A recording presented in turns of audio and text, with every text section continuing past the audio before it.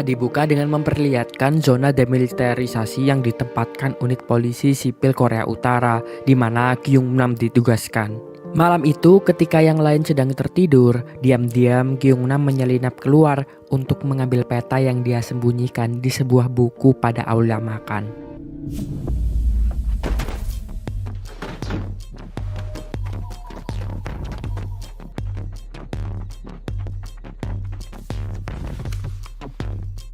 Setelah mengambil peta tersebut, Kyung-nam pergi ke bagian belakang barak dan menerobos pagar listrik lewat jalan bawah tanah yang sudah dia persiapkan. Sudah sejak lama dia merencanakan ini. Dia ingin pergi dari Korea Utara dan memulai hidup baru di Korea Selatan, tempat di mana Kyung-nam yakini bahwa kehidupan akan lebih baik dan bahagia di sana. Namun untuk berpindah di sana bukanlah sesuatu yang mudah. Kyung-nam harus mempertaruhkan nyawanya. Negara, khususnya satuan militer di mana dia bekerja, tidak akan segan-segan membunuh siapapun yang berniat pergi dari Korea Utara karena akan dianggap sebagai pengkhianat. Kyung-nam bergerak berbekalkan peta, kompas senter, jam, dan pena milik mendiang ayahnya. Tapi malam itu dia bukan berniat untuk kabur, dia masih dalam proses menandai ranjau untuk memperlancar pelariannya nanti.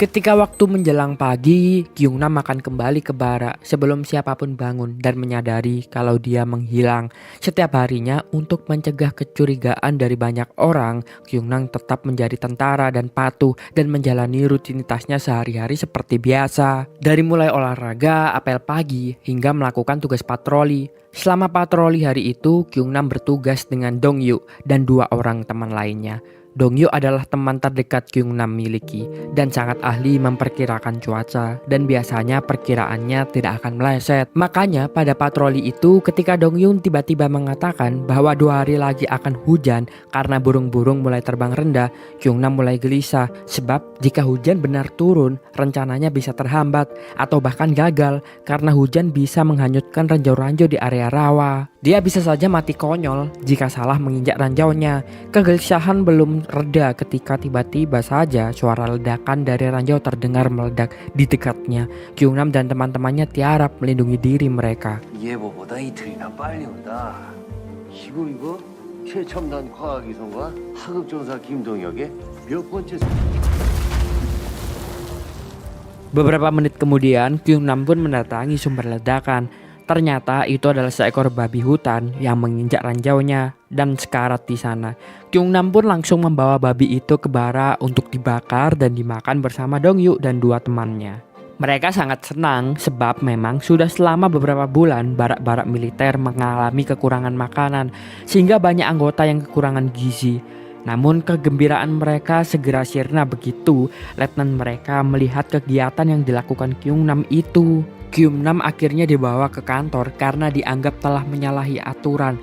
Dia melintasi batas wilayah dan memimpin timnya untuk melewati batas tersebut.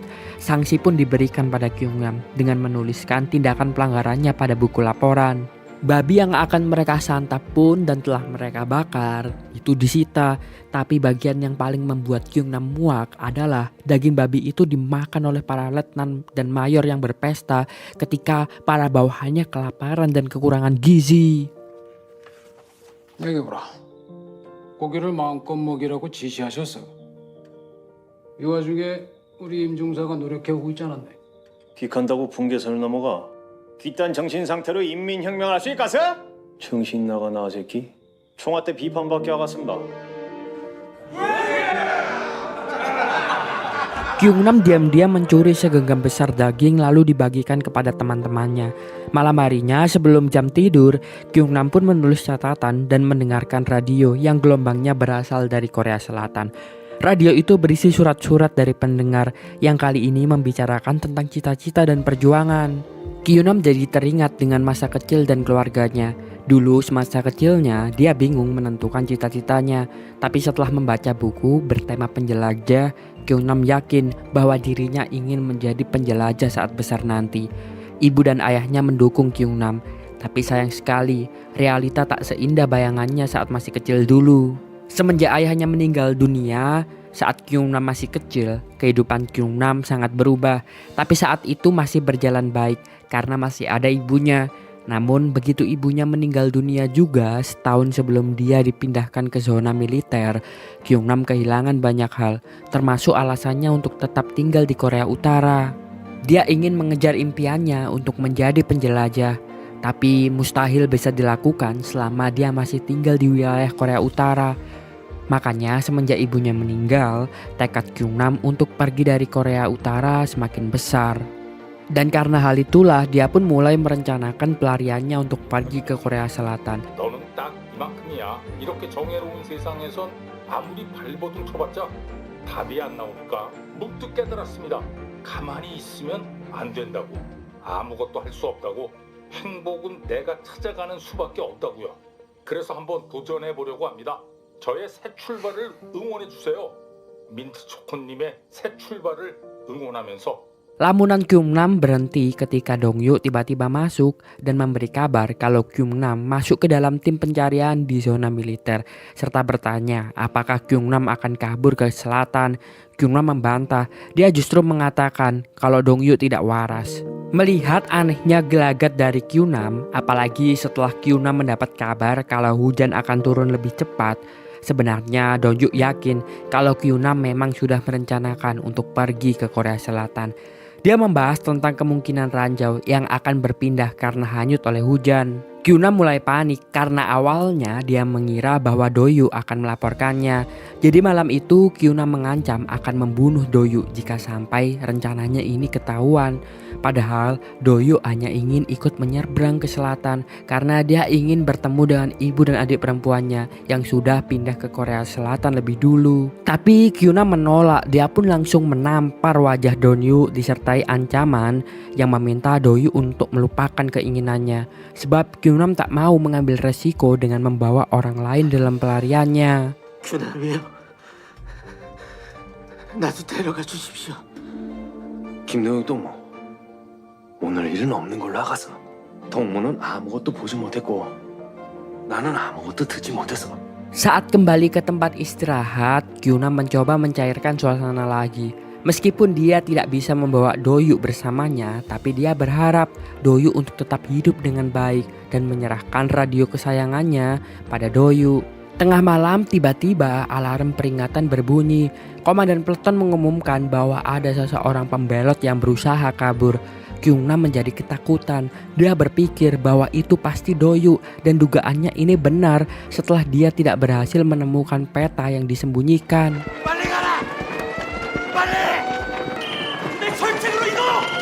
Akhirnya Kyung-nam berusaha mengalihkan barisan peleton ke wilayah lain. Sementara dia pergi ke pagar listrik untuk mencari Do-yu. Do-yu ternyata memang ada di sana, berusaha mencari lubang bawah tanah yang digali Kyung-nam. Masalahnya dia berada di titik yang salah. Kyung-nam jadi cemas. Dia membujuk Do-yu supaya kembali ke barak sebelum ada yang melihat mereka. Tapi Do-yu bersikeras. Dia mau kabur juga saat itu. Akhirnya mereka pun ketahuan oleh komandan peleton. 여기로 가면 나도 모르는 길이라서 개죽음이야. 기존에 비슷하십니다. 그럼 못 간다. 지도 어디 있니? 내가 준비한 길로 가자 말이다.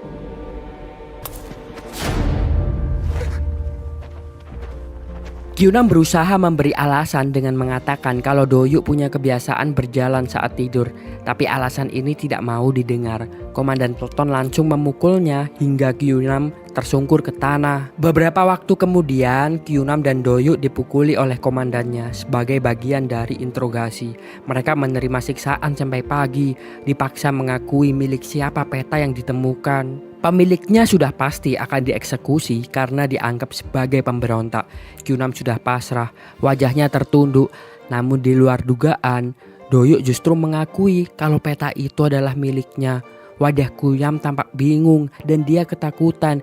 Dia tidak mungkin juga untuk membiarkan Do-yu dieksekusi mati karena menanggung kesalahannya. 이렇게 계속 입 다물고 있으면 혼자 다 뒤집어 쓰는 게야. 귀가 먹게 되는지 모르네? 총살이야. 그러니까 이거 왜 어떻게 된 거냐면 규남 동진 잘못한 거 없습니다. 내게 맞습니다. Sampai kemudian sesi interogasi itu tertunda karena para komandan di barak mendapat kabar kalau Mayor Lee Yun-sang yang terkenal keji datang ke tempat mereka. Pria itu tampaknya membuat para komandan gemetar karena kedatangannya. Dia memiliki aura yang bengis, tapi di satu sisi sebenarnya masih ada kelembutan dalam dirinya. Kedatangan dia ke zona itu adalah bukti kelembutannya. Mayor Yun-sang sebenarnya datang untuk membantu Kyung-nam bebas dari eksekusi. Mereka berteman saat kecil, tapi nasib keduanya cukup berbeda. Yun-sang punya cukup banyak kemewahan dan privilege dari keluarga hingga dia bisa memiliki pangkat yang tinggi. Kekuasaannya mampu membuat Kyung-nam terbebas dari eksekusi mati di hari itu. Yun-sang bilang bahwa meskipun bukti-bukti yang ada membuat Kyung-nam bersalah, tapi karena Dong-yung sudah mengakui bahwa itu adalah kesalahannya, mereka tidak bisa lagi menetapkan Kyung-nam sebagai pemberontak, apalagi sampai mengeksekusinya. Selain itu, Yun-sang juga melakukan rekayasa kasus dengan menetapkan Yun-sang sebagai pahlawan karena telah menangkap Dong-yung yang telah membelot. 이 문건에 따르면 지도를 작성했다는 김도혁의 자백이 나오는데 임균환 중사는 왜 처벌을 받아야 되나? 두 사람은 오랜 시간 각별했기에 각별?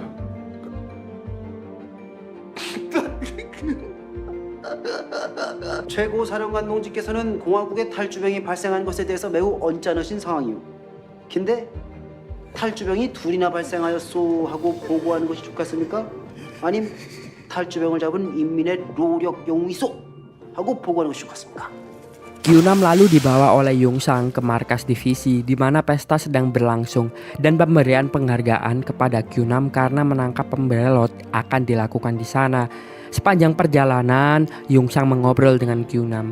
Mereka mengenang masa lalu mereka dan membicarakan tentang orang tua Kyung-nam. Sebelum tiba di sana, Yun-sang mengatakan kalau Kyung-nam nantinya harus menyebut nama ayah mertuanya agar membuatnya disorot dan bangga. Selama pesta berlangsung, Kyung-nam tak bisa menikmati suasananya. Dia ingin segera kembali ke zona demilitarisasi dan melakukan rencana pelariannya.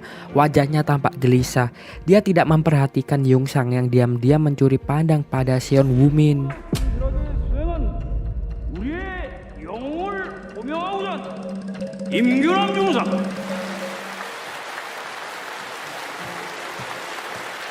반동분자 때려잡은 소감을 말해보라. 공로가 있다면 그것은 뛰어난 선견지명을 가지신 사단장 동지의 가르침이 있었기 때문입니다. 모든 공로를 사단장 동지께 올리겠습니다.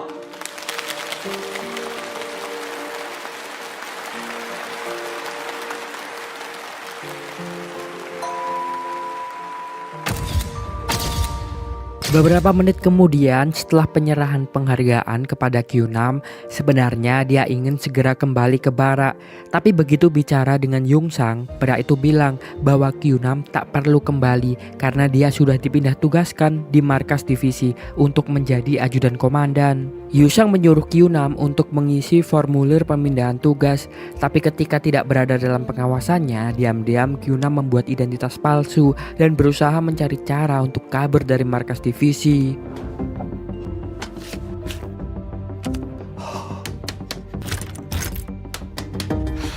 Di dalam gedung, Yun-sang sendiri disibukkan dengan permintaan dari Woo-min yang ingin dia bermain piano kembali. Mereka tampaknya mempunyai hubungan khusus yang rahasia sebelumnya. Yun-sang belum menyadari kalau saat itu Kyung-nam telah melarikan diri dari markas dengan membawa salah satu komandan yang mabuk dan dia tinggalkan di tepi jalan. Kyung-nam melanjutkan perjalanan ke barak. Tapi di tengah perjalanan, mobil yang dicurinya itu kehabisan bensin. Situasinya tidak menguntungkan karena ada 2 peloton pasukan dari unit kepolisian di sana. Awalnya dia takut kalau penyamarannya dengan identitas palsu akan ketahuan, tapi ternyata hasilnya berjalan lancar dan Kyung-nam dibawa ke kantor, tempat di mana Dong-yu ditahan dan semua barang bukti serta peta pelarian diri yang dibuatnya dikumpulkan di sana. Dengan alasan sedang menjalankan misi rahasia, akhirnya Kyung-nam membawa Dong-yu juga untuk kabur bersamanya. Masalahnya ada satu petugas yang mencurigai Kyung-nam dan akhirnya ikut pergi bersama mereka untuk mengawasi. 너 나랑 연애하니? 어디서 쏙닥거려? 중사동무가 휘발유를 넣으라고 지시해서 따랐는데 발동기는 경유용이었습니다. 임무 중인 자동차 연료도 모르는 것이 수상합니다.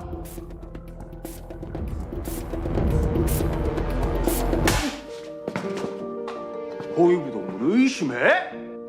오늘 밖에 나와 혼동할 수도 있지. 보위부를 옹성하게 도왔다가 무슨 뒷말 나오려고. 만일을 대비 내가 지원 나가겠습니다. Di tengah perjalanan, petugas itu menghubungi Yun Chang dan teleponnya disambungkan ke Kyunam. Mereka berdebat. Yun Chang menyuruh Kyunam untuk kembali dan dia akan membantu meringankan hukumannya. Tapi Kyunam menolak. Pembicaraan itu terdengar oleh petugas yang mengawasi Kyunam dan mendapat perintah untuk kembali ke markas divisi. Namun akhirnya yang terjadi justru mereka berkelahi di dalam mobil dan mengalami kecelakaan.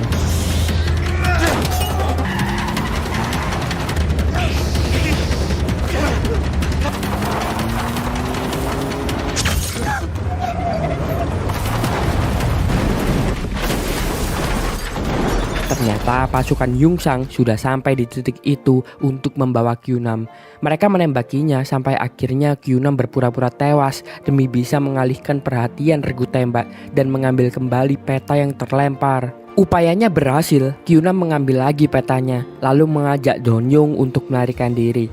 Mereka melompat ke sungai dan berhasil menghindari kejaran pasukan Yungsang. 말해보라. 임규람이 탈주한 거 어디까지 보고해서? 정신이 없어서 못했습니다. 잘못했습니다. Mereka pingsan sampai hari mulai gelap. Lalu begitu tersadar, segerombolan pengembara menodongkan senjata ke arah mereka karena mengira bahwa Kyunam dan Dongyu berasal dari regu militer yang dikirim untuk mencari para pengembara yang memberontak. Beruntungnya mereka tidak jadi dibunuh setelah Dongyu yang ketahuan refleks mengatakan bahwa dia baru saja selamat dari sel tahanan. Ternyata adik salah satu pengembara itu ditahan di sana dan mereka berniat untuk membebaskannya. Para pengembara itu akhirnya membantu Kyunam serta Dongyu bersembunyi sementara waktu. 유랑민 이제 우리도 쫓기는 시세야. 동무들과 똑같아.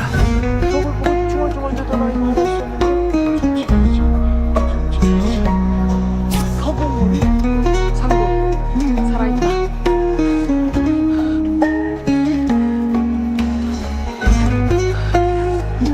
Mereka menetap di gua dan Dongyu pun akhirnya memberi informasi tentang sel tahanan serta memberitahu bagaimana mereka bisa menyelinap masuk.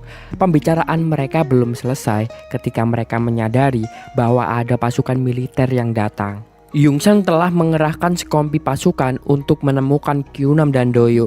Mereka akhirnya bersembunyi. Situasinya tidak begitu menguntungkan karena mereka telah dikepung. Dongyu pun akhirnya terkena tembakan di bagian kaki. Ketika mereka terpojok, takdir masih berpihak pada Kyunam dan Dongyu karena para pengembara membantu dengan mengalihkan perhatian serta membuat para tentara mengejar ke arah yang salah.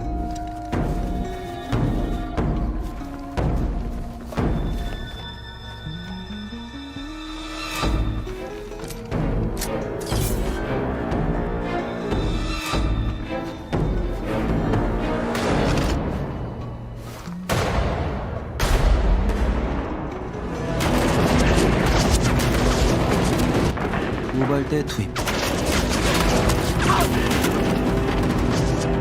좌우 합동작전 전진. 사격 중지.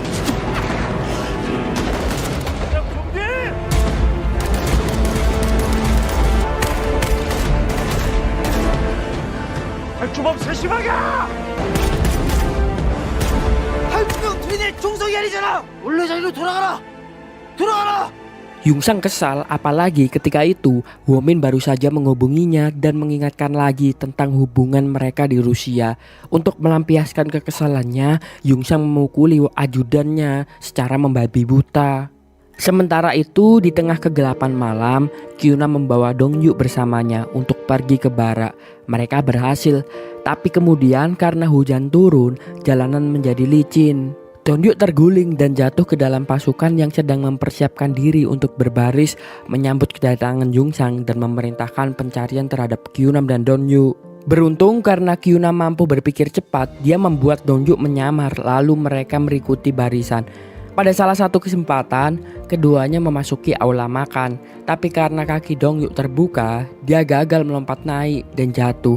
Beberapa barang menimpanya, memicu kegaduhan. Salah satu sersan mendengar suara itu dan mulai mendobrak pintu bersama dengan tentara lainnya. Kyuna mendekat ke pintu, menuangkan minyak dan membakarnya. Tindakannya itu memicu ledakan yang membuatnya mampu mengulur waktu untuk melarikan diri bersama Dongyu.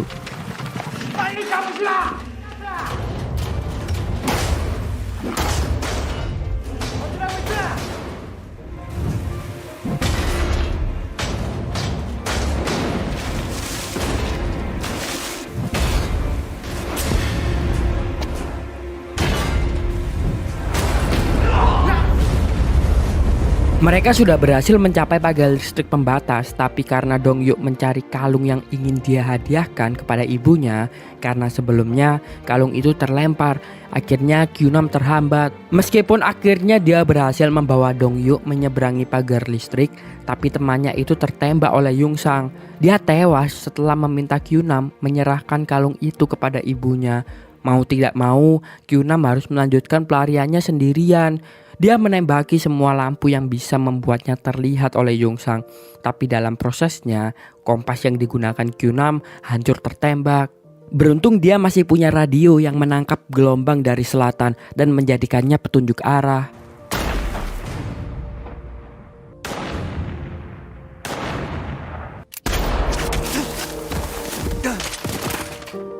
철책문이 열렸습니다.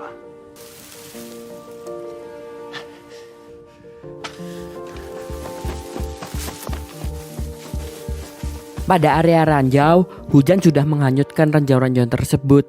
Peta yang dimiliki Kyunam sudah tidak berguna lagi. Dia membuang petanya, lalu memasrahkan hidup matinya pada takdir. Beruntungnya meski ditembaki oleh Yungsang dan pasukannya, tapi Kyunam tetap selamat melewati radang ranjau itu dan terus berlari menjauh. Justru Yungsang kemudian terhambat karena pasukannya menginjak ranjau dan membuat Yungsang akhirnya memilih jalan memutar demi keselamatannya sendiri. Pagi akhirnya tiba, matahari sudah menyinari jalan yang dilalui Kyunam, di mana dia bahkan berhasil selamat dari lumpur hisap yang hampir menenggelamkannya. Tinggal beberapa ratus meter lagi untuk menyeberang ke selatan, tapi tiba-tiba saja Yungsang muncul bertepatan dengan ranjau yang terinjak oleh Kyunam tanpa disengaja.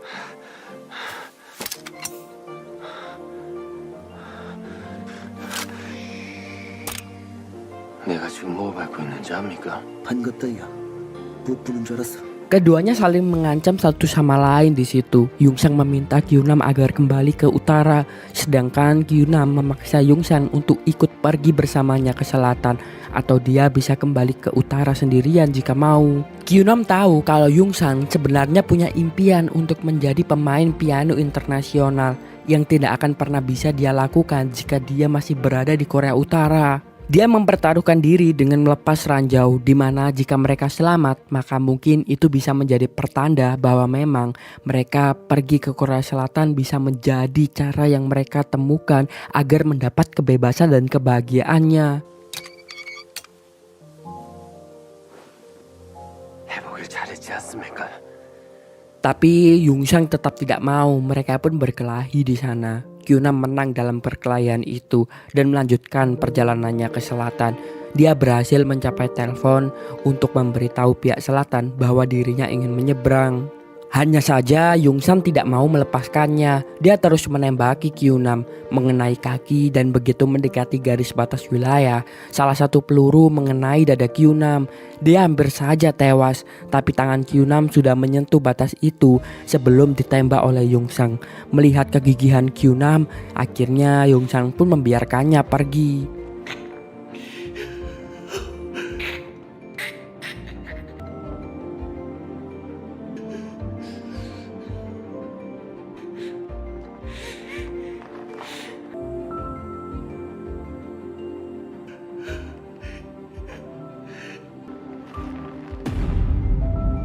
Lagi pula tentara Korea Selatan sudah tiba saat itu dan segera membawa Kyunam pergi bersama mereka. Sekembalinya ke utara, Yungsang menemukan buku yang menginspirasi Kyunam untuk menjadi penjelajah. Dan ternyata di dalam bukunya ada tulisan yang diberikan khusus Kyunam untuk Yungsang. Membaca tulisan itu membuat Yungsang cukup terharu. Setahun berlalu, Kyunam sudah tinggal di Korea Selatan selama setahun ini. Dia berhasil menjalani kehidupannya dengan baik. dia sudah mulai mewujudkan perjalanan impiannya menjelang musim panas tahun itu. Kyunam pun kelihatan punya keluarga baru di sana karena dia rutin menjenguk keluarganya Donyu dan menyerahkan kalungnya kepada ibu Donyu sesuai permintaan terakhir sahabatnya itu sebelum meninggal. 우리 동혁이 잘 있겠지? 그럼요. 행복하게 잘했을 겁니다. Kehidupannya di Korea Selatan memang tidak semudah yang dibayangkan. Hidupnya tetap sulit, tapi setidaknya dia sudah mencapai impiannya untuk pergi ke negeri seberang. Selain itu, ternyata proposal pengembangan bisnis travel yang diajukan olehnya telah disetujui.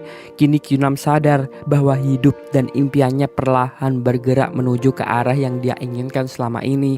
Dan ya, itulah ending dari film ini. Terima kasih sudah menonton, jangan lupa saksikan konten selanjutnya.